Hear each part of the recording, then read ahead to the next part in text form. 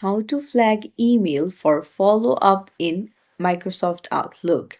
Hey everyone, welcome back to the channel. If you are new here, don't forget to hit the subscribe button and turn on the notification bell to not miss any updates.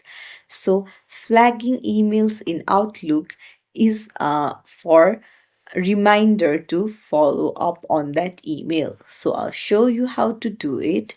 Go to your Outlook and then open up the mail that you want to flag and then go to the three dots and tap on flag. Now, once you have flagged this email, you can go to the to-do list in the left hand side.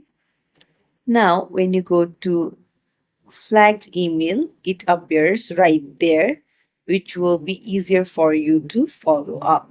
And that's it. If you found this tutorial helpful, don't forget to like and subscribe to our channel for more tips and tricks.